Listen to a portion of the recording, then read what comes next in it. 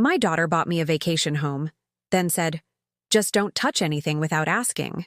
The words still echo in my mind like a slap that never stops stinging. Today, I'm going to tell you something I never thought I'd share. And if you, for even a second, feel like this sounds familiar, just please leave a like and subscribe. It'll help me keep finding the courage to speak my truth. My name is Eleanor Matthews, and I'm 72 years old.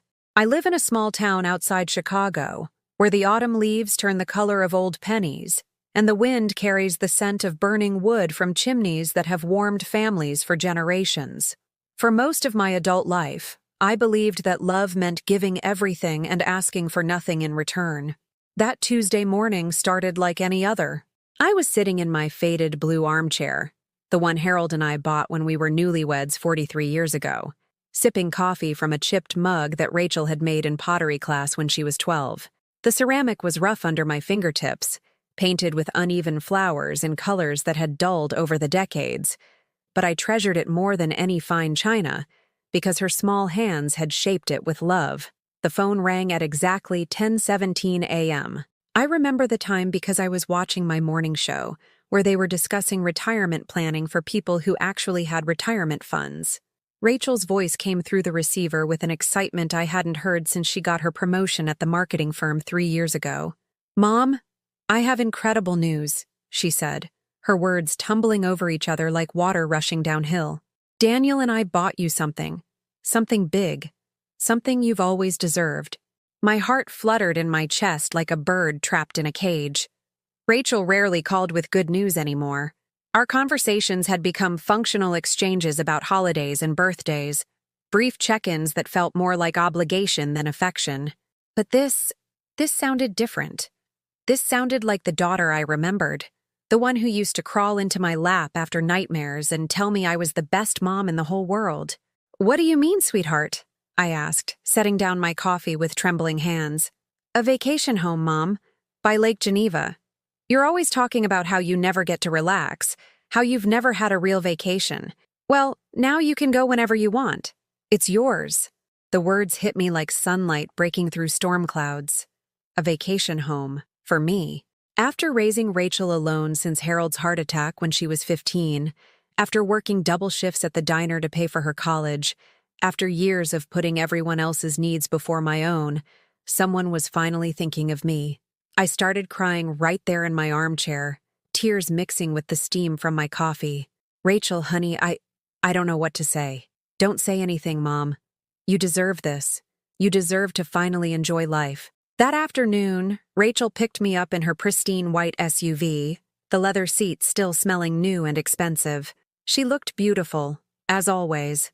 Her auburn hair perfectly styled, her makeup flawless, wearing a camel-colored coat that probably cost more than I spent on clothes in 6 months. She'd inherited her father's green eyes, but not his gentle nature. Where Harold had been soft-spoken and kind, Rachel had developed a sharp efficiency that served her well in business, but sometimes cut deep in personal relationships. During the hour-long drive, she chattered excitedly about the property. "It's got white shutters, Mom, and a porch swing just like the one you always talked about wanting. And the view of the lake, you're going to love it. Daniel found it through his real estate connections. We got a great deal." I nodded and smiled, watching the suburbs give way to rolling hills dotted with expensive homes where successful people went to escape their successful lives. Everything looked so perfect, so polished, like photographs in magazines I couldn't afford to buy. The house took my breath away. It was everything Rachel had promised and more. A charming cottage with flower boxes under every window, painted shutters that looked freshly done, and a wraparound porch that invited you to sit and watch the world go by. The lake stretched beyond the backyard like a mirror reflecting the late afternoon sky, and I could already imagine myself sitting on that porch swing with a book and a cup of tea, finally having a place that was just mine. "It's beautiful," I whispered, my voice catching in my throat. "Wait until you see inside," Rachel said, her pride evident as she unlocked the front door with a flourish. The interior was like something from a home decorating show. Neutral colors, expensive furniture arranged with mathematical precision, not a single item out of place. Everything was beige and cream and tasteful. the kind of carefully curated space that looked perfect in photographs but felt cold to live in. I set my small overnight bag down near the entrance, my fingers lingering on the worn leather handles.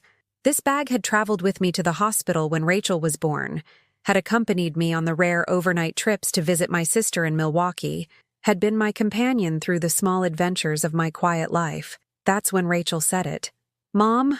Her voice had changed, becoming the tone she used with her employees when she needed to establish authority. "Just don't touch anything without asking, okay? We worked hard to make this place nice." The words hit me like ice water. I felt my smile freeze on my face, felt something vital crack inside my chest. For a moment, I couldn't breathe.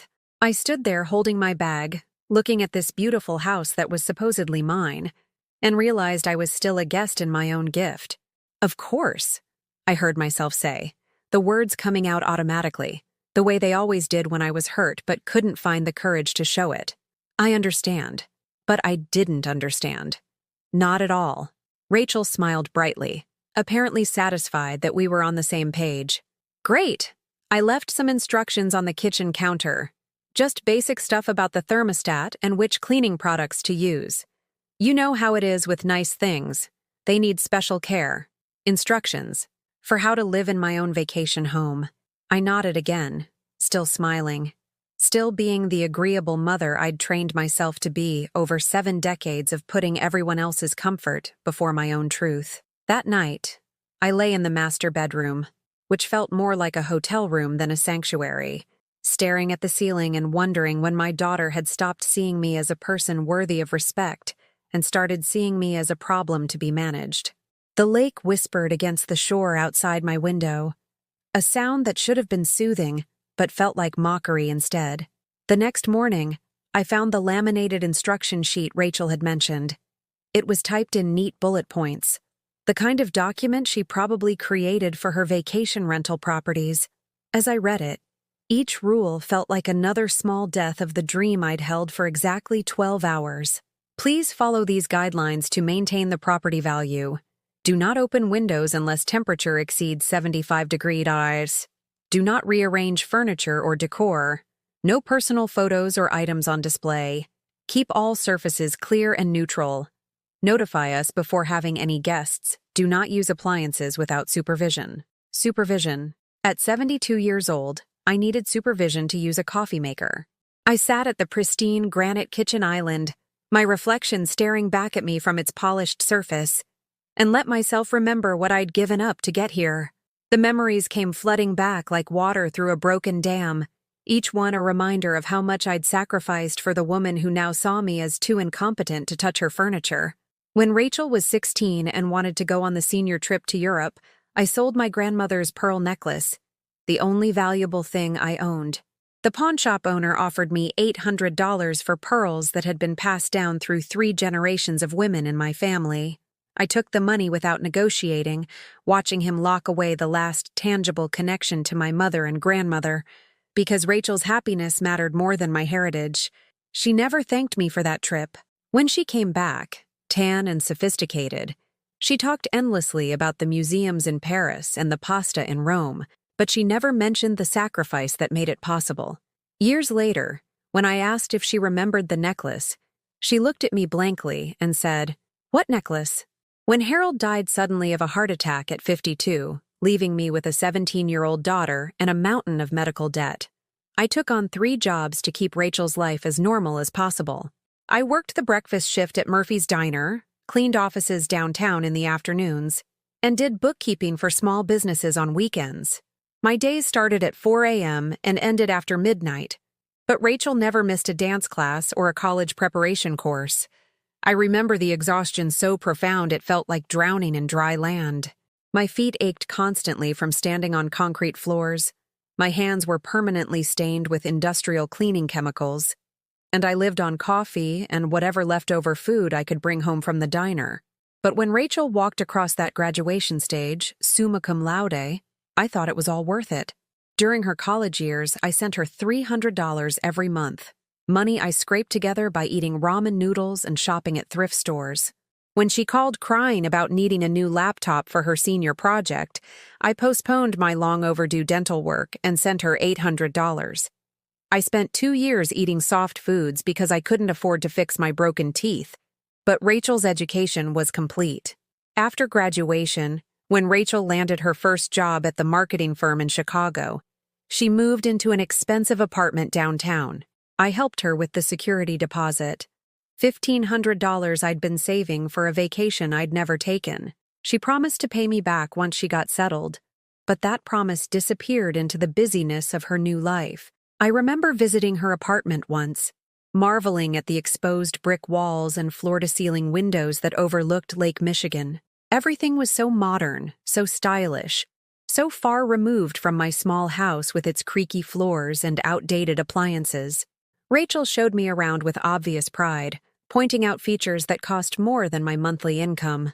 "Isn't it amazing, Mom?" she said, her eyes bright with achievement.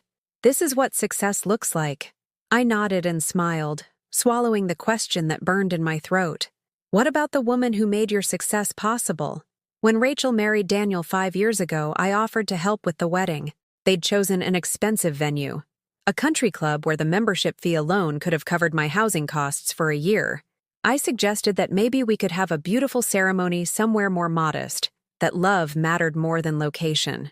Rachel looked at me with the patience one might show a child who didn't understand adult matters. "Mom, this is important. This is about starting our life together the right way. You wouldn't understand. You never had a real wedding." She was right in a way. Harold and I had married at City Hall with 2 witnesses we'd pulled in from the street, followed by dinner at a diner where the waitress gave us free pie for being newlyweds. It was simple and genuine and perfect in its own way. But to Rachel, it represented everything she wanted to avoid. I took out a loan against my house to contribute $10,000 to their wedding. The loan payments would follow me for the next 7 years. But watching Rachel walk down that aisle in her designer dress, I told myself it was worth it. She looked radiant, surrounded by 500 guests I didn't know, in a celebration that felt more like a corporate event than a family gathering. During her pregnancy with the twins 2 years later, Rachel was put on bed rest for the final 3 months. Without hesitation, I moved in with her and Daniel, sleeping on their living room couch and managing their household while working my own job remotely. I cooked their meals, did their laundry, and took care of Rachel like she was still my baby. When the twins were born, beautiful Emma and Sam with their father's dark hair and their mother's determined chin, I fell in love instantly. I offered to help with childcare so Rachel could return to work without the astronomical cost of daycare for 2 infants. For 18 months, I drove 40 minutes each way, every day, to watch my grandchildren while their parents built their careers. I changed diapers and warmed bottles and sang lullabies, watching these little souls discover the world with wonder and joy. When they spoke their first words, when they took their first steps, when they smiled at the sound of my voice, I felt a purpose I hadn't experienced since Rachel was small. But when Rachel got a promotion that required frequent travel, the arrangement became too complicated. She and Daniel decided to hire a professional nanny, someone more reliable than a grandmother who might not have the energy to keep up. The nanny was a cheerful woman in her 20s who called me Mrs. Matthews and efficiently took over the role I'd been fulfilling with love. I went from seeing my grandchildren daily to occasional weekend visits, from being their primary caregiver to being their grandmother who brought presents and was expected to leave after a few hours. Now, sitting in this beautiful prison disguised as a gift, I finally allowed myself to ask the question I'd been avoiding for years. Was I used? The answer sat in my chest like a stone, heavy and undeniable. Every sacrifice I'd made, every dollar I'd given, every compromise I'd accepted, it had all been taken as my natural obligation rather than recognized as love freely given. I thought about the last time Rachel had asked how I was doing and actually waited for an answer. I thought about the last time she'd noticed that I was tired or worried or lonely. I thought about the last time she'd given me something that cost her anything, time, money, or effort, rather than something that ultimately benefited her. I couldn't remember. Outside the floor-to-ceiling windows of this showcase house, the lake reflected the morning sun like scattered diamonds. It was beautiful, and perfect and completely untouchable, just like everything else in my life had become. I made myself a cup of coffee, carefully using the single-serve machine because the regular coffee maker was apparently too complicated for me to operate unsupervised, and sat at the kitchen island reading Rachel's rules again. Somewhere in those neat bullet points was the truth I'd been denying. I wasn't a beloved mother being pampered with a vacation home. I was an aging woman being managed with careful boundaries, kept at a safe distance where I could be grateful without being inconvenient. The coffee tasted bitter, or maybe that was just the taste of finally seeing clearly. The weeks that followed revealed the true nature of my gift. What I'd mistaken for generosity was actually an elaborate system of control, designed to give Rachel the appearance of being a caring daughter while ensuring I remained grateful and manageable. My first violation came 3 days after arriving. I'd been walking along the lakeshore, something that had always brought me peace, when I found a patch of wildflowers growing near the water's edge. Black-eyed Susans and purple asters, the kind of simple beauty that Harold used to pick for me during our Sunday walks. Without thinking, I gathered a small bouquet and arranged them in a mason jar I found in the kitchen. They looked cheerful on the dining room table, bringing life to the sterile perfection of the space. For the first time since arriving, the house felt like it might become a home. That afternoon, Rachel arrived unannounced for what she called a check-in visit. The moment she walked through the door, her eyes zeroed in on my flowers like a hawk spotting prey. "Mom," she said, her voice tight with the kind of controlled frustration I remembered from her teenage years. "What are those?" "Just some flowers I picked by the lake," I said, suddenly feeling foolish. "They're pretty, don't you think?" Rachel's expression shifted to that patient, condescending look she'd perfected over the years. "Mom, this place has a very specific aesthetic. We spent a lot of money making sure everything flows together. Those flowers, they clash with the color palette. And that jar? It looks like something from a garage sale." I stared at the flowers, seeing them through her eyes now. The bright yellows and purples that had seemed so cheerful suddenly looked garish against the neutral backdrop. The mason jar, which had reminded me of summers in my grandmother's kitchen, now appeared cheap and out of place. "I'm sorry," I whispered, reaching for the jar. "I didn't think—" "That's the problem, Mom. You can't just do things without thinking about how they'll affect the whole space. What if we need to show this place to potential renters? First impressions matter. Potential renters." The words hit me like a slap. This wasn't my retreat from the world. It was an investment property where I was being allowed to stay temporarily. I threw the flowers away while Rachel watched, each blossom landing in the garbage with a soft thud that echoed the dying of something hopeful inside me. The house returned to its museum-like perfection, and I returned to being a visitor in my own life. The isolation began immediately. I'd always been someone who found joy in small social connections, chatting with neighbors over garden fences, sharing coffee with friends from church, hosting Sunday dinners for anyone who needed a home-cooked meal. But the vacation house sat on a private road where the nearest neighbor was a quarter-mile away, and I wasn't allowed to have guests without prior approval. When I called my old friend Margaret from church to invite her for lunch, she was delighted. "Oh, Eleanor, I'd love to see your new place. How about this Saturday?" I had to call Rachel to ask permission. "Mom, Saturday doesn't work. Daniel and I might stop by to check on the property. How about if your friend visits you at your regular house instead?" But I'd been staying at the lake house for 2 weeks straight, and my regular house felt like a museum of my old life, dusty and forgotten. I wanted to share this beautiful place with someone who might appreciate it, someone who might help it feel less like a beautiful cage. "Maybe next weekend?" I suggested. "We'll see, Mom. I'll check our schedule." Margaret never did get to visit. There was always a scheduling conflict, always a reason why it wasn't convenient. Eventually, I stopped asking. My birthday arrived on a Tuesday in September. 73 years old, alone in a house overlooking a lake that sparkled like my grandmother's jewelry box. I woke up early, as I always did, and made myself coffee with the single-serve machine that ensured I couldn't accidentally use too much or make a mess. I sat on the porch swing, the one feature of the house I was apparently allowed to enjoy without supervision, and watched the sunrise paint the sky in shades of pink and gold. It should have been peaceful, restorative, The kind of birthday morning I'd dreamed about during all those years of rushing to work or caring for everyone else. Instead, it felt like sitting in a beautiful prison, counting down the hours until someone remembered I existed. My phone remained silent. No calls, no texts, no acknowledgement that Eleanor Matthews had entered the world 73 years ago and somehow survived long enough to see another September morning. At noon, I called Rachel. "Hello, sweetheart," I said when she answered, my voice artificially bright. "How's your day going?" "Busy, Mom. Really busy. Can I call you back later?" "Of course," I said. "I just wanted to—" "Thanks. You're the best. Talk soon."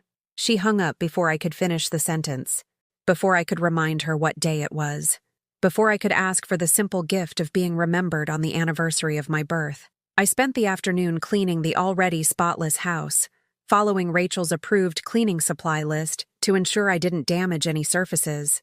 I dusted furniture that had no dust, organized drawers that were already organized, and polished windows that were already crystal clear. The work kept my hands busy while my heart broke a little more with each passing hour. At dinner time, I sat at the granite island with a microwave meal, the kind of processed food I'd never served my family, but was all I felt entitled to prepare in this showcase kitchen. The silence pressed against my eardrums like water at the bottom of a deep pool. That's when I discovered the truth that shattered what remained of my illusions. I was looking through the kitchen drawers for a proper knife to cut my plastic apple. Even my food had become artificial in this place, when I found a folder tucked behind the utensil organizer. It was labeled Lake House Investment in Daniel's neat handwriting. My hands shook as I opened it. Inside were financial projections, rental income calculations, and marketing materials for a luxury vacation rental. The description read, "Stunning lakefront property available for exclusive short-term rentals. Experience luxury and tranquility in this designer-appointed cottage with private lake access and premium amenities." There were photographs of every room, professionally shot with perfect lighting and strategic angles. In the marketing copy, there was no mention of a family, no suggestion that this was anyone's home. It was a commodity, pure and simple, but the document that destroyed me completely was a printed email exchange between Rachel and Daniel from 3 months earlier. "The tax benefits of putting the house in Mom's name are significant," Daniel had written. "Plus, having her stay there occasionally will help with the lived-in look that guests expect. Win-win." Rachel's response was clinical and efficient. "Perfect. Mom will be so grateful she'll never question the arrangement. And if she becomes a problem later, we can always put her in assisted living and rent the place full-time. If she becomes a problem." I read those words over and over until they burned themselves into my memory. My daughter, the child I'd sacrificed everything for, the woman I'd supported through every challenge and celebrated through every success, saw me as a potential problem to be managed or eliminated as needed. The folder slipped from my numb fingers, papers scattering across the perfect granite surface like the debris of my shattered heart. I stared at the marketing photos of the bedroom where I slept, the kitchen where I wasn't allowed to cook, the living room where I couldn't display a single personal item. I was living in their investment property, grateful for the privilege of helping them avoid taxes while they planned for my eventual disposal. The coffee mug fell from my other hand, the ceramic shattering against the stone floor with a sound like breaking bones. I stared at the pieces, fragments of the only thing in this house that had felt familiar and comforting, and finally understood the complete scope of my foolishness. I wasn't a beloved mother being pampered with a generous gift. I wasn't even a respected elder being provided for in her golden years. I was a tax write-off with a heartbeat, a convenient solution to a financial problem, kept comfortable enough to be grateful, but controlled enough to be profitable. The tears came then, hot and silent, falling onto the scattered papers that detailed my value in dollars and deductions. I cried for the mother I'd been, who'd given everything without counting the cost. I cried for the grandmother I might have been, if my love had been valued instead of exploited. And I cried for the woman I was now, 73 years old, alone on her birthday, discovering that her own child saw her as a line item in a business plan. Outside, the lake continued its eternal whisper against the shore, indifferent to human grief, beautiful and remote as everything else in my borrowed life. I swept up the broken mug with my bare hands, not caring that the sharp edges drew blood from my fingers. The pain felt honest, real, the first authentic thing I'd experienced in this house of pretty lies. As I wrapped the fragments in paper towels, a single thought crystallized in my mind with devastating clarity. Was this what I'd worked my entire life to deserve? The confrontation came 2 days after my devastating discovery. I'd been carrying the weight of that knowledge like a stone in my chest, unable to eat, unable to sleep, unable to pretend anymore that this beautiful prison was anything other than elaborate manipulation. I called Rachel and asked her to come to the house. "We need to talk," I said, my voice steadier than I felt. "Is everything okay, Mom? You sound different. Just come, please. And bring Daniel." They arrived within an hour, both wearing the concerned expressions of people who'd been expecting this conversation, but hoping it would never come. Rachel looked polished, as always, in her tailored blazer and designer jeans, while Daniel maintained his usual air of detached professionalism, checking his phone even as they walked through the door. I was waiting for them in the living room, the investment folder spread across the coffee table like evidence at a crime scene. The marketing materials, the financial projections, the email exchange that had revealed their true intentions, everything laid out in neat, damning rows. Rachel stopped short when she saw the papers, her face cycling through surprise, guilt, and finally settling on defensive irritation. "Mom, you went through our private documents? Private documents about a house that's supposedly mine?" I asked, my voice quieter than I'd intended, but carrying a strength that surprised all three of us. "Private documents about turning your mother into a tax shelter." Daniel stepped forward with the smooth confidence of someone accustomed to managing difficult conversations. "Eleanor, I think you're misunderstanding the situation. This is actually very beneficial for you." "Beneficial?" The word came out like a laugh, but there was no humor in it. "Being used as a prop in your investment scheme is beneficial?" Rachel's expression shifted to the patient, condescending tone she'd perfected over the years. "Mom, you're being dramatic. We gave you a beautiful place to live. You're acting like we did something wrong." "You made me grateful for being manipulated," I said, each word falling into the silence like stones into still water. "You made me feel loved while you were calculating my monetary value." For a moment, none of us spoke. The house felt frozen around us. All that expensive perfection suddenly revealed as the elaborate stage said it had always been. Then Rachel's carefully maintained composure cracked. "You know what, Mom? I'm tired of this. I'm tired of trying to help someone who can't appreciate what she's been given. Do you have any idea how much this place costs? How much we've invested in making sure you're comfortable?" "Comfortable," I repeated. "Is that what you call this? Rules about when I can open windows? Permission slips to have friends over?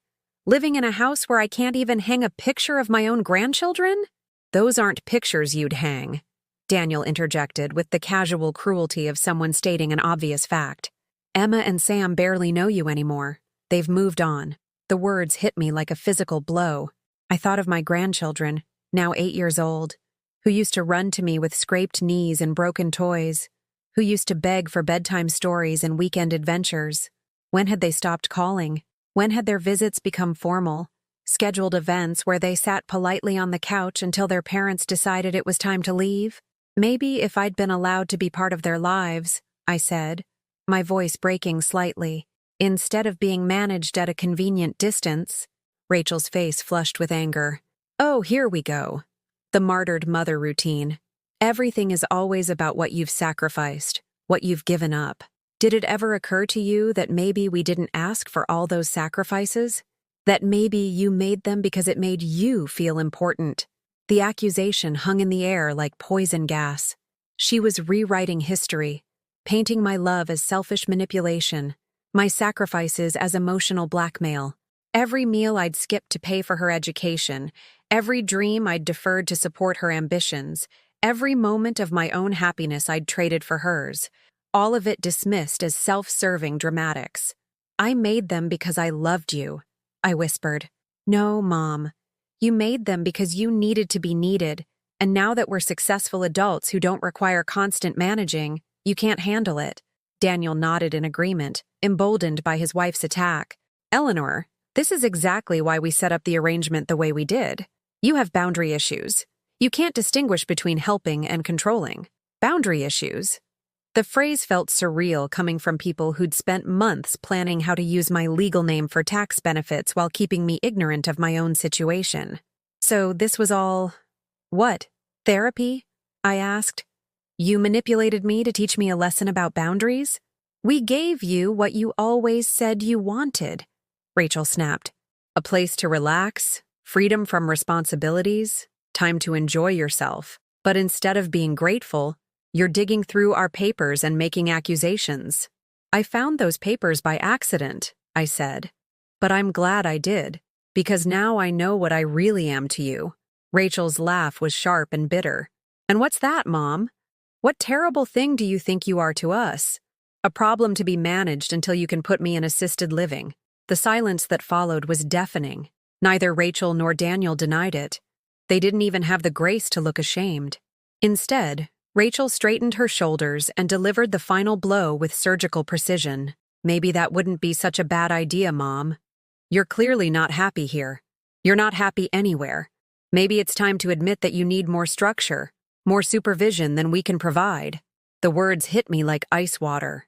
My own daughter, the child I'd raised with every ounce of love I possessed, was threatening to have me institutionalized because I'd discovered their deception. Get out, I said quietly. Mom, get out of my house. The words came stronger now, surprising all of us with their force. Right now. Rachel's eyes flashed with anger. It's not your house, Mom. It's ours. We own it. We pay for it. We make the decisions about it. You're here because we allow you to be here. Then I won't be here anymore, I said, standing with a dignity I didn't know I still possessed. I'd rather live in my car than accept one more moment of your charity. For a split second, I saw something that might have been fear cross Rachel's face. Don't be ridiculous, Mom. You're not going anywhere. You have nowhere to go. But I was already walking toward the bedroom where I'd left my suitcase. Watch me. As I packed my few belongings, I could hear them arguing in hushed tones in the living room. Daniel's voice was calm and calculating. Rachel's sharp with frustration. They were problem-solving, strategizing, figuring out how to manage this new development in their investment plan. I emerged with my single suitcase, the same battered bag I'd brought with such hope just a few weeks ago, and found them waiting by the door. Rachel's expression had shifted to a combination of guilt and determination. Mom, please, don't leave like this. We can work something out. Work something out, I repeated. Like what? New rules? Better management strategies?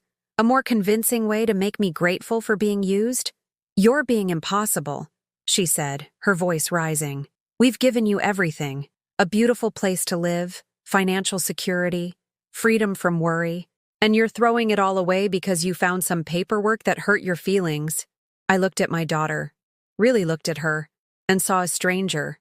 When had she become someone who could reduce a mother's heartbreak to hurt feelings? When had she learned to speak of love as if it were a transaction, of family as if it were a business arrangement? I'm not throwing anything away, Rachel. I'm just finally seeing clearly what I was never meant to have in the first place. I walked past them toward the door, my suitcase wheels rolling across the perfect hardwood floors with a sound like distant thunder. Behind me, I heard Daniel whisper urgently to Rachel about damage control and property management. At the door, I turned back one last time. Rachel stood in the center of her beautiful investment, surrounded by all the expensive perfection that mattered more to her than her mother's dignity. I spent 73 years believing that love meant giving everything and asking for nothing, I said. Thank you for teaching me that sometimes. The most loving thing you can do is walk away. I left the key on the porch swing, the one piece of the house that had briefly felt like mine, and drove away without looking back. In my rearview mirror, I could see Rachel standing in the doorway, but I couldn't tell if she was watching me leave or already planning her next move. For the first time in months, I didn't care which it was. I drove straight home to my real house, the modest two-bedroom ranch on Maple Street where Harold and I had built our life together, where I'd raised Rachel, where every creaky floorboard and faded wallpaper pattern held memories of genuine love rather than calculated investment strategies. The house welcomed me back like an old friend. The front steps still sagged slightly where Harold had always meant to fix them. The kitchen still had the yellow curtains I'd sewn 30 years ago, now faded but honest in their imperfection. The living room still held his old recliner, worn smooth by decades of use, positioned perfectly to watch the birds at the feeder outside the window. For the first time in weeks, I could breathe. I sat in Harold's chair and looked around at my real home, the place where I could open windows without permission, where I could hang pictures of people I loved, where the coffee maker was mine to use however I pleased. The contrast was so stark it almost made me laugh. I'd left a showcase house to return to a home, traded artificial perfection for authentic comfort. That first evening, I did something I hadn't done in months. I cooked a real meal. Not a microwave dinner eaten in guilty silence, but an actual dinner with ingredients I chose, prepared the way I wanted, served on plates that belonged to me. I made Harold's favorite pot roast, the one that filled the whole house with the smell of home, and ate it at my own kitchen table while watching the sunset through windows I was free to open. The silence in my house felt completely different from the silence at the lake. This was peaceful quiet, the comfortable solitude of someone who belonged exactly where she was. I wasn't being watched or managed or evaluated for compliance with someone else's vision of how I should live. I was simply Eleanor, alone but not lonely, free but not abandoned. That night, I slept in my own bed for the first time in weeks. The mattress was old and the springs creaked when I moved, but it cradled my body with familiarity. My bedroom walls were covered with photographs Rachel had forbidden at the lake house, pictures of Harold and me on our honeymoon, baby photos of Rachel, school pictures and graduation shots, candid moments of family happiness captured over decades of shared life. Looking at those images in the soft lamplight, I realized something profound. I had been loved. Deeply, completely, authentically loved. Harold's love had been real, uncomplicated by ulterior motives or hidden agendas. Rachel's love as a child had been pure, untainted by the calculating woman she'd become. I had experienced genuine affection, and that experience was still mine, still valid, regardless of what had been lost. For the first time in years, I slept through the night without waking up worried about someone else's needs or problems. The next morning brought my first real decision as a free woman. My phone had been buzzing with calls and texts from Rachel since I'd left the lake house, each message more frantic than the last. I'd been ignoring them, but as I sat with my morning coffee, made exactly as strong as I liked it, in my favorite chipped mug, I finally read through her messages.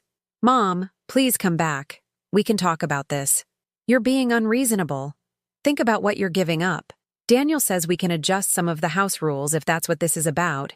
Mom, you can't just disappear like this. I'm worried about you. Fine. If you want to be stubborn and ruin a good thing, that's your choice." The progression from pleading to anger to manipulation was so predictable it was almost comical. This was Rachel's standard playbook. First try guilt, then try bargaining, then try threats. It had worked on me for years because I'd been afraid of losing her love, afraid of being completely alone. But sitting in my sunny kitchen, surrounded by the evidence of a life well lived, I realized something liberating. I wasn't afraid anymore. I deleted the messages without responding and turned off my phone. Instead of dwelling on Rachel's demands for my attention, I did something revolutionary. I made plans for myself, real plans, based on what I wanted, rather than what other people needed from me. I called my old friend Margaret, the one Rachel had never allowed to visit the lake house. "Margaret, it's Eleanor. I was wondering, would you like to come over for lunch this week? I'll make that chicken salad you always loved." Margaret's delight was immediate and genuine. "Eleanor, I've been wondering how you were doing at that fancy lake house. I'd love to come over. How about Wednesday?" Wednesday. A specific day, a concrete plan. Something to look forward to that belonged entirely to me. "Wednesday sounds perfect," I said, and meant it. After hanging up, I looked around my kitchen with new eyes. When was the last time I'd entertained a friend here? When had I stopped thinking of my home as a place where people gathered and conversations flowed and laughter echoed off the walls? I spent Tuesday preparing for Margaret's visit with a joy I hadn't felt in years. I cleaned the house not because someone had left me a laminated instruction sheet, but because I wanted my friend to feel welcomed. I bought fresh flowers from the grocery store, bright yellow daisies that would have horrified Rachel's sense of aesthetic control, and arranged them in the mason jar that had caused such offense at the lake house. Here, in my own space, they looked perfect. I prepared chicken salad using my grandmother's recipe, the one I'd written on a card stained with decades of cooking adventures. I set the table with my good china, the dishes Harold and I had received as a wedding gift and used only for special occasions. Margaret's friendship was a special occasion. When Wednesday arrived, I put on a dress I actually liked, rather than something chosen to avoid criticism. I did my hair the way I preferred it, rather than the style Rachel always suggested would be more flattering for my age. I wore lipstick in a shade that made me feel vibrant, rather than invisible. Margaret arrived at exactly noon, carrying a small bouquet of roses from her garden and wearing the warm smile that had sustained our friendship through decades of life's ups and downs. She looked around my home with appreciation rather than judgment, commenting on details she'd forgotten and complimenting changes I'd made. "Eleanor, this place feels so much like you," she said as we settled at the kitchen table with our lunch. Warm and welcoming and real. Real. The word settled into my heart like a blessing. Over chicken salad and iced tea, I told Margaret everything. About the lake house that had seemed like a gift, but was actually a tax shelter. About the rules and restrictions that had made me a prisoner in paradise. About the discovery that had shattered my illusions about my daughter's motives. Margaret listened without judgment, her expression growing more outraged with each revelation. "Eleanor Matthews," she said finally, "that is the most manipulative thing I've ever heard. How dare they treat you like a commodity instead of a person?" Hearing my anger validated by someone who loved me unconditionally was like cool water on a burning wound.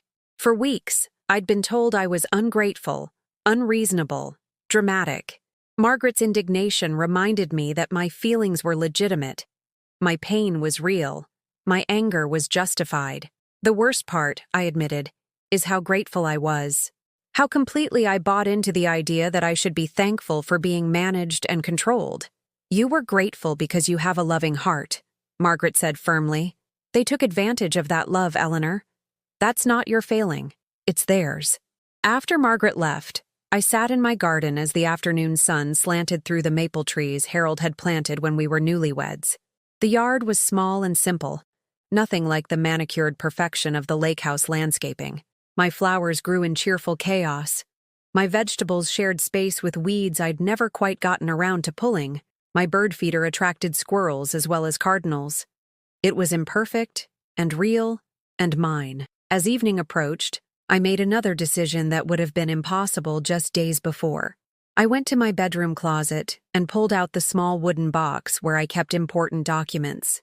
Birth certificate, social security card, marriage license, Harold's death certificate, all the paperwork that proved I'd existed, loved, lost, and survived.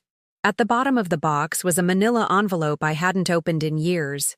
Inside were the original documents from the lake house purchase, papers I'd signed without reading carefully because I'd trusted my daughter completely. It was time to understand exactly what I'd agreed to, what rights I actually had, and what options might be available to a 73-year-old woman who'd finally decided to stop being grateful for crumbs. I spread the documents across my kitchen table, put on my reading glasses, and began to study the fine print of my own life. What I discovered would change everything. The documents spread across my kitchen table told a story that took my breath away. As I read through the legal papers with my reading glasses perched on my nose and Harold's old desk lamp casting a warm circle of light over the pages, I discovered something that changed everything. The lake house was mine. Completely, legally, unequivocally mine. Rachel and Daniel had put the property in my name for the tax benefits, just as their private emails had revealed. But in their eagerness to exploit those advantages, they'd made a crucial mistake. They'd transferred full legal ownership to me. The deed bore my name alone. The title was clear and unencumbered. According to every legal document in that manila envelope, Eleanor Matthews was the sole owner of the lake house property. I read the papers 3 times, my hands shaking with the magnitude of what I'd found. Rachel and Daniel had been so focused on the financial benefits of using my name that they'd failed to protect their own interests. They'd assumed I would never question the arrangement, never examined the paperwork, never challenged their authority. They'd assumed I would remain grateful and manageable forever. I was still sitting at the table at midnight, the documents scattered around me like evidence of a crime, when I finally understood the full scope of their miscalculation. They'd been charging premium rates for luxury vacation rentals of a property they didn't legally own. They'd been collecting thousands of dollars in income from my house while treating me like an unwelcome guest. The next morning, I called Robert Chen, an attorney whose office was downtown near the courthouse. Harold and I had used his services when we'd written our wills, and I remembered him as a patient, thorough man who explained legal complexities in terms regular people could understand. "Mrs. Matthews," he said when I arrived for our appointment, "I was sorry to hear about your recent troubles. Your daughter called yesterday and mentioned you might be having some confusion about property ownership." Confusion. Rachel had already been working to undermine my credibility, painting me as an elderly woman whose mental faculties were declining. "I'm not confused, Mr. Chen," I said, placing the documents on his desk with steady hands. "I'm clarified. Perhaps you could review these papers and tell me exactly what rights I have regarding the lake house?" He studied the documents with professional attention, his expression growing more interested as he read. After 20 minutes, he looked up with something that might have been admiration in his eyes. "Mrs. Matthews, you own this property outright, free and clear. Your daughter and son-in-law have no legal claim to it whatsoever. What about the money they've been collecting from rentals? That's income from your property that's been collected without your consent. You could pursue legal action for the full amount, plus damages." The power I'd never known I possessed settled around me like armor. For the first time in years, I held all the cards. "What would you recommend, Mr. Chen?" He leaned back in his chair, studying me with the careful attention of someone reassessing a situation. "That depends on what you want to achieve, Mrs. Matthews. Do you want to reclaim your property? Do you want financial compensation? Do you want to send a message?" I thought about the question for a long moment. What did I want? Justice? Revenge? Recognition? Or simply the basic dignity of being treated like a human being instead of a problem to be managed? "I want my house back," I said finally. "And I want them to understand that you can't build your success on someone else's back without consequences." Mr. Chen smiled. "I think we can arrange that." The confrontation I'd been avoiding for 73 years finally came on a Thursday afternoon in October. Rachel and Daniel had arranged what they called a family meeting at the lake house, supposedly to resolve our misunderstanding and find a solution that works for everyone. I arrived to find them waiting in the living room with another couple I didn't recognize. A middle-aged pair in expensive clothes who introduced themselves as potential investors, interested in partnering on the vacation rental opportunity. Rachel's smile was bright and brittle as she made introductions. "Mom, I'm so glad you came. Michael and Jennifer here are interested in helping us expand the rental business. Isn't that exciting?" She was using me as a prop again, displaying the grateful elderly mother who'd endorsed their venture. The investors smiled politely while Rachel launched into her practiced presentation about property values and rental income potential. I waited until she finished before speaking. "I'm afraid there's been a misunderstanding," I said, my voice carrying across the room with quiet authority. "This property isn't available for investment partnerships." Rachel's smile flickered. "Mom, we discussed this. You agreed to let us handle the business aspects." "I never agreed to anything, Rachel. In fact, I wasn't even told there were business aspects until I discovered your marketing materials." The investors looked confused, glancing between us as the family tension became impossible to ignore. Michael cleared his throat awkwardly. "Perhaps we should come back at a better time." "Actually," I said, standing with the dignity I'd finally learned I deserved, "this is the perfect time, because I want witnesses to what I'm about to say." I reached into my purse and pulled out the documents Mr. Chen had prepared. "This is a cease and desist order requiring you to immediately stop all rental activities on this property. This is a notice demanding an accounting of all income you've collected from rentals. And this is a legal notice that you have 30 days to remove all your personal property from my house." The silence that followed was absolute. Rachel's face cycled through shock, denial, and finally rage as the implications sank in. You can't do this, she said, her voice rising. We put everything into this place. We invested our money, our time, our effort. You invested your efforts in exploiting your mother, I said calmly. You used my legal name without my knowledge, collected income from property I owned, and treated me like a problematic tenant in my own house. That ends today. Daniel's business instincts kicked in, his voice taking on the reasonable tone he used for difficult negotiations. Eleanor, let's think about this rationally. You don't understand the complexities of property management. You can't run a rental business on your own. You're absolutely right, I agreed. I can't run a rental business, which is why I'm not going to. This property will no longer be available for rent. But the income, Rachel started, will no longer be necessary for me to subsidize your lifestyle while living as a second-class citizen in my own home. The investors had begun gathering their papers, clearly uncomfortable with the family drama unfolding before them. As they headed for the door, I heard Jennifer whisper to Michael, "This is exactly why we don't do business with family properties." After they left, Rachel's composure completely collapsed. "Mom, you're destroying everything. Do you know how much money we've put into this place? How much we've sacrificed?" Sacrificed? The word came out as a laugh, but there was no humor in it. "You want to talk about sacrifice? Let's talk about the wedding I paid for while you complained about my inappropriate dress. Let's discuss the grandchildren I helped raise until you decided a professional nanny was more reliable than their grandmother.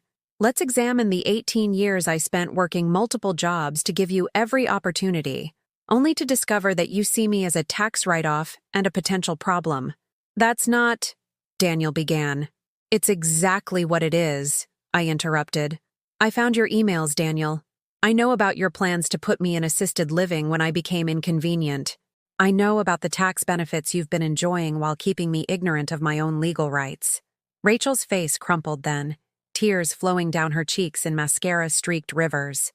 "Mom, please. We can fix this. We can make changes. You can have more freedom, more input in decisions. I don't want your permission to live in my own house, Rachel. I want my house. Period." "Where are we supposed to go?" she asked, her voice breaking. "This income was part of our financial plan. We have obligations, commitments." I looked at my daughter, this successful businesswoman who'd built her financial future on exploiting her mother's trust, and felt something close to pity. "You'll figure it out," I said gently. "You're intelligent, capable adults with good jobs and valuable skills. I have complete faith in your ability to support yourselves without using me as a resource." "This is cruel, Mom. After everything we've done for you?" "Everything you've done to me," I corrected. "There's a difference. One comes from love, the other from convenience." I walked to the mantelpiece and picked up a framed photograph of the three of us from last Christmas. Rachel, Daniel, and me wearing forced smiles in front of their perfect tree. For a moment, I remembered the hope I'd felt that day, the belief that we were finally becoming the close family I'd always wanted. I set the frame face down on the mantel. "I spent 73 years believing that love meant accepting whatever treatment people offered me while being grateful they bothered to acknowledge my existence," I said. "I'm done being grateful for crumbs. I'm done accepting manipulation disguised as generosity. I'm done being managed instead of loved." Rachel was sobbing openly now, her perfect composure completely shattered. "Mom, I do love you. I've always loved you." "Then prove it," I said simply. "Respect me enough to accept my decision without trying to manipulate me into changing it. Love me enough to acknowledge that you've hurt me deeply and genuinely seek to make amends. Value me enough to see me as a person rather than a problem to be solved." I walked toward the door, my footsteps echoing on the hardwood floors that had never really felt like home. At the threshold, I turned back one last time. "The locks will be changed tomorrow," I said. "If you want a relationship with me going forward, it will be on terms of mutual respect. No more manipulation. No more exploitation. No more taking advantage of my love for you." I left them there in the house that was finally, truly mine, crying amid the expensive furniture and neutral decor that had meant more to them than their mother's dignity. For the first time in my adult life, I walked away from family manipulation without looking back. And it felt like freedom. The week after I reclaimed my house, I did something I hadn't done in over 30 years. I went shopping for myself, not out of necessity, not with someone else's approval in mind, not constrained by someone else's budget or taste. I drove to the mall in the next town over, where no one knew me as Rachel's mother or Harold's widow, and wandered through stores like a tourist in my own life. I bought a dress that was completely impractical, deep purple with tiny silver threads that caught the light when I moved. The saleswoman, a kind girl who couldn't have been much older than my grandchildren, told me it brought out my eyes and made me look absolutely radiant. I wore it out of the store, leaving my sensible beige cardigan folded in the shopping bag. At the bookstore, I purchased 3 novels I'd been wanting to read but had never allowed myself the time for. Romance novels, of all things. Stories about women my own age finding love and adventure and second chances. Rachel would have rolled her eyes at such frivolous reading, but Rachel's opinions no longer governed my choices. I had lunch at a cafe with outdoor seating, ordering wine in the middle of the afternoon simply because I wanted to. I sat in the autumn sunlight reading one of my new books, sipping Pinot Grigio and watching people walk by with their own stories, their own struggles, their own small victories. For the first time in decades, I felt invisible in the best possible way, not ignored or overlooked, but free to exist without anyone's evaluation or judgment. That evening, I drove to the lake house to see what it looked like with new eyes. Mr. Chen had arranged for the locks to be changed, and I used my new key to enter what was finally, legally, undeniably, my home.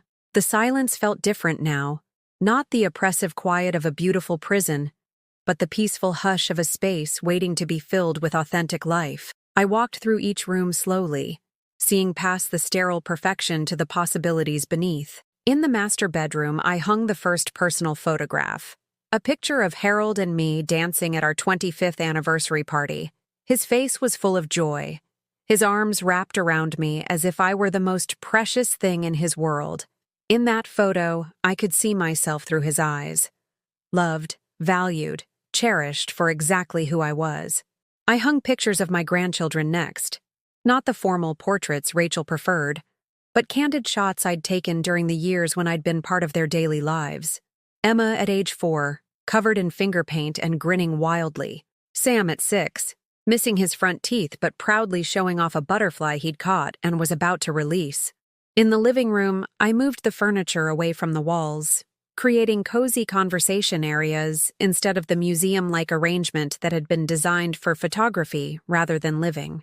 I opened all the windows, letting the lake breeze carry away the artificial stillness that had made the house feel like a showcase.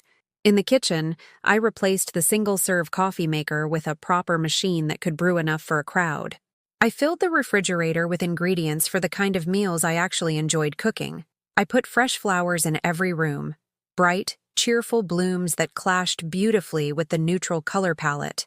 Most importantly, I took down every laminated rule sheet and threw them all away. 3 days later, I held my first dinner party in over a decade. I invited Margaret, of course, along with 2 other friends from church I'd lost touch with during my years of family obligation. I also invited Mrs. Patterson, my next-door neighbor in town, who'd been bringing me soup whenever I was sick, but whom I'd never properly thanked with a real invitation.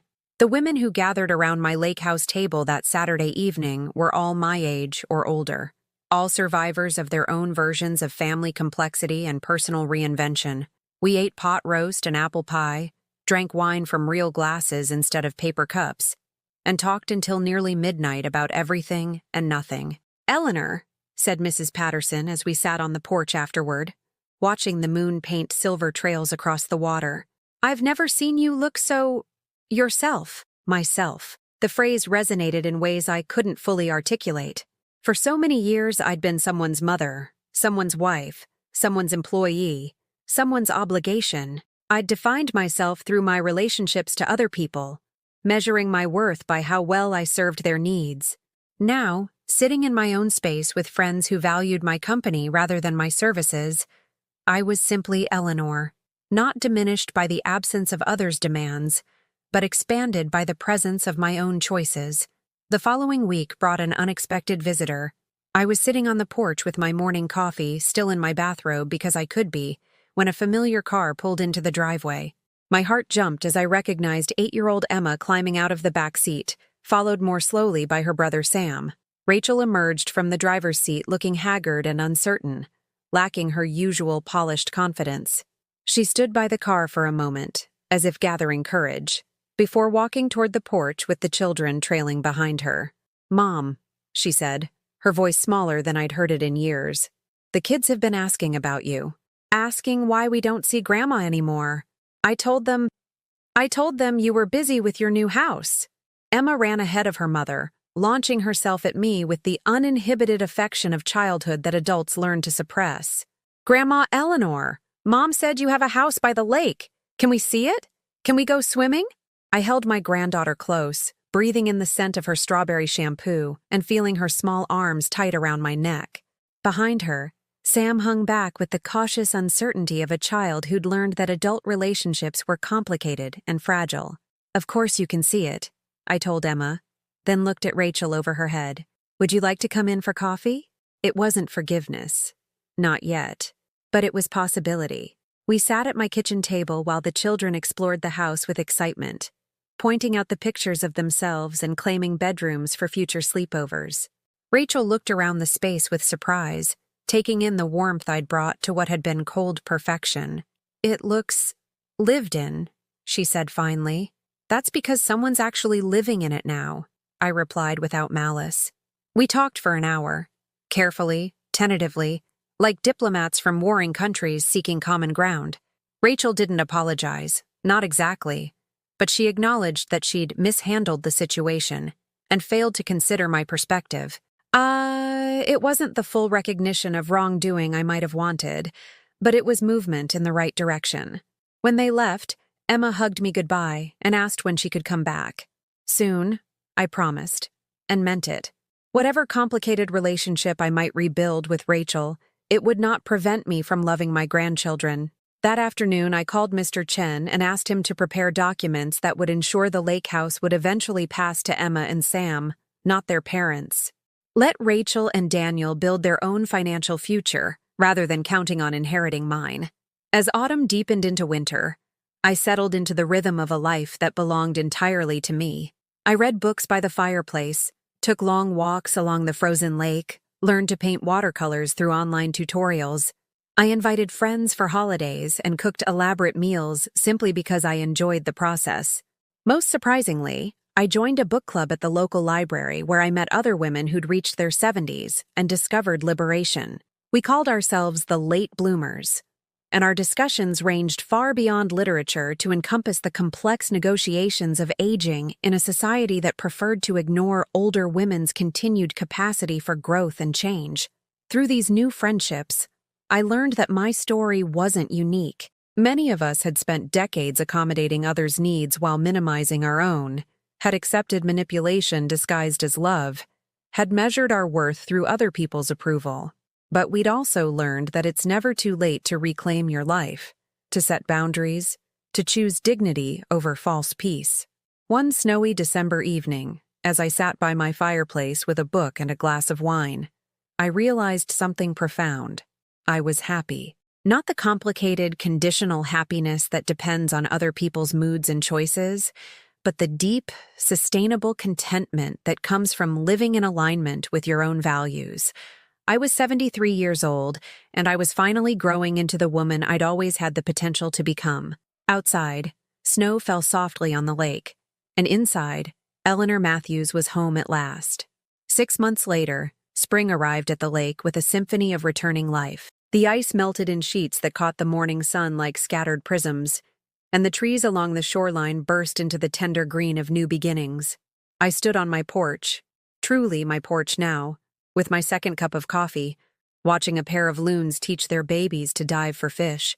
Everything was exactly as it had been when Rachel first brought me here, yet everything was completely transformed. The same white shutters framed the same windows, the same porch swing creaked in the same gentle rhythm, the same lake stretched to the same horizon. But now these beautiful things belonged to a woman who had found her worth, rather than a woman seeking it in other people's approval. The relationship with Rachel had evolved slowly, carefully, like tender shoots growing after a harsh winter.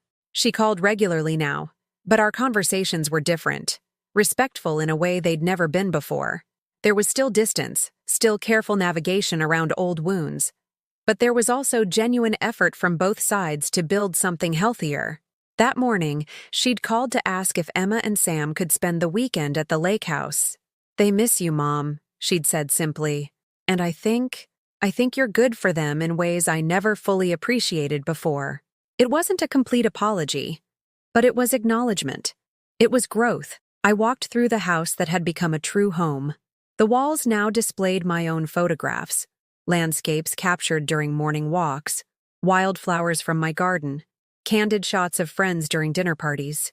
Mixed among them were drawings Emma and Sam had made during their visits, their bright crayon artwork adding splashes of uninhibited color to spaces that had once demanded neutral perfection. In the kitchen, my sourdough starter bubbled contentedly on the counter, evidence of my latest learning adventure at 73.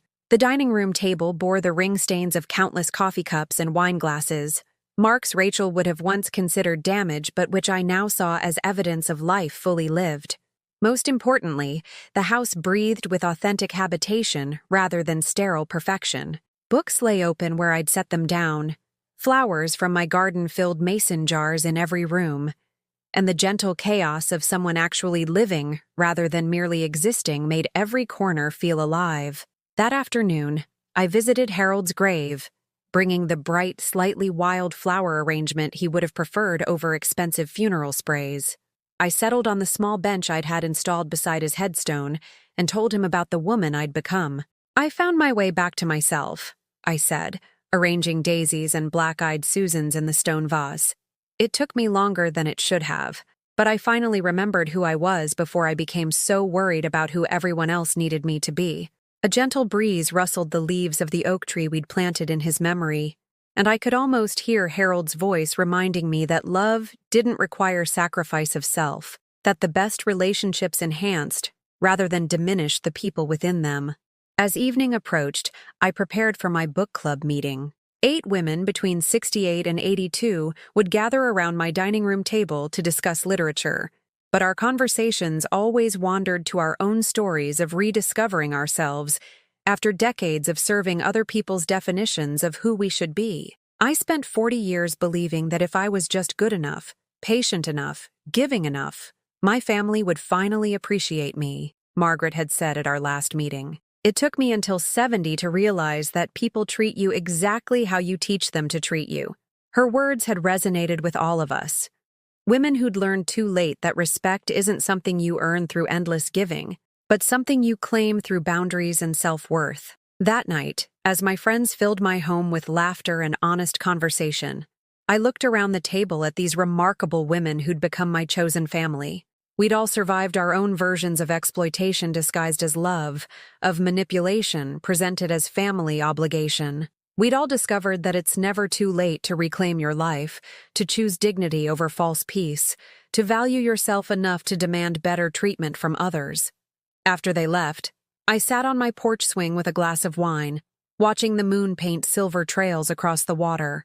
The silence was perfect now, not the oppressive quiet of a beautiful prison, but the peaceful hush of a space where someone lived authentically and without apology. I thought about the woman who'd first arrived at this house, grateful for crumbs and desperate for approval. She'd been so afraid of losing love that she'd forgotten to require respect, so worried about being abandoned that she'd accepted being diminished. But that woman had found her strength. She'd learned that sometimes the most loving thing you can do is walk away from people who don't value your presence. She'd discovered that you can't buy genuine affection with endless sacrifice, and that the people who truly love you will respect your boundaries rather than resist them. The lake whispered its eternal song against the shore, and I whispered back a promise. I would never again mistake manipulation for love, never again accept crumbs when I deserved a feast, never again apologize for taking up space in my own life. At 73, I'd finally learned the most important lesson of all. You teach people how to treat you, and it's never too late to update the curriculum. I finished my wine as the stars emerged over the lake, each point of light a reminder that even in the darkest times, there's always illumination waiting for those brave enough to look up. The woman who'd once believed love meant giving everything and asking for nothing had discovered something revolutionary. Love actually means giving freely while maintaining dignity, offering your heart while protecting your worth, and choosing people who choose you back. Here's what I want to ask you. Have you ever found yourself in a situation where you gave everything to family members who took your love for granted? Have you ever experienced that heartbreak of realizing you were being used instead of being loved? If this story touched something deep in your heart, please share your experience in the comments below. And if you believe this message needs to reach someone who's still trapped in the beautiful prison of family manipulation, please hit that like button and subscribe to this channel. Sometimes a story like Eleanor's can be the key that unlocks someone else's cage. Because every person deserves to be valued, not managed. Loved, not manipulated. Respected, not tolerated. You are worth so much more than crumbs.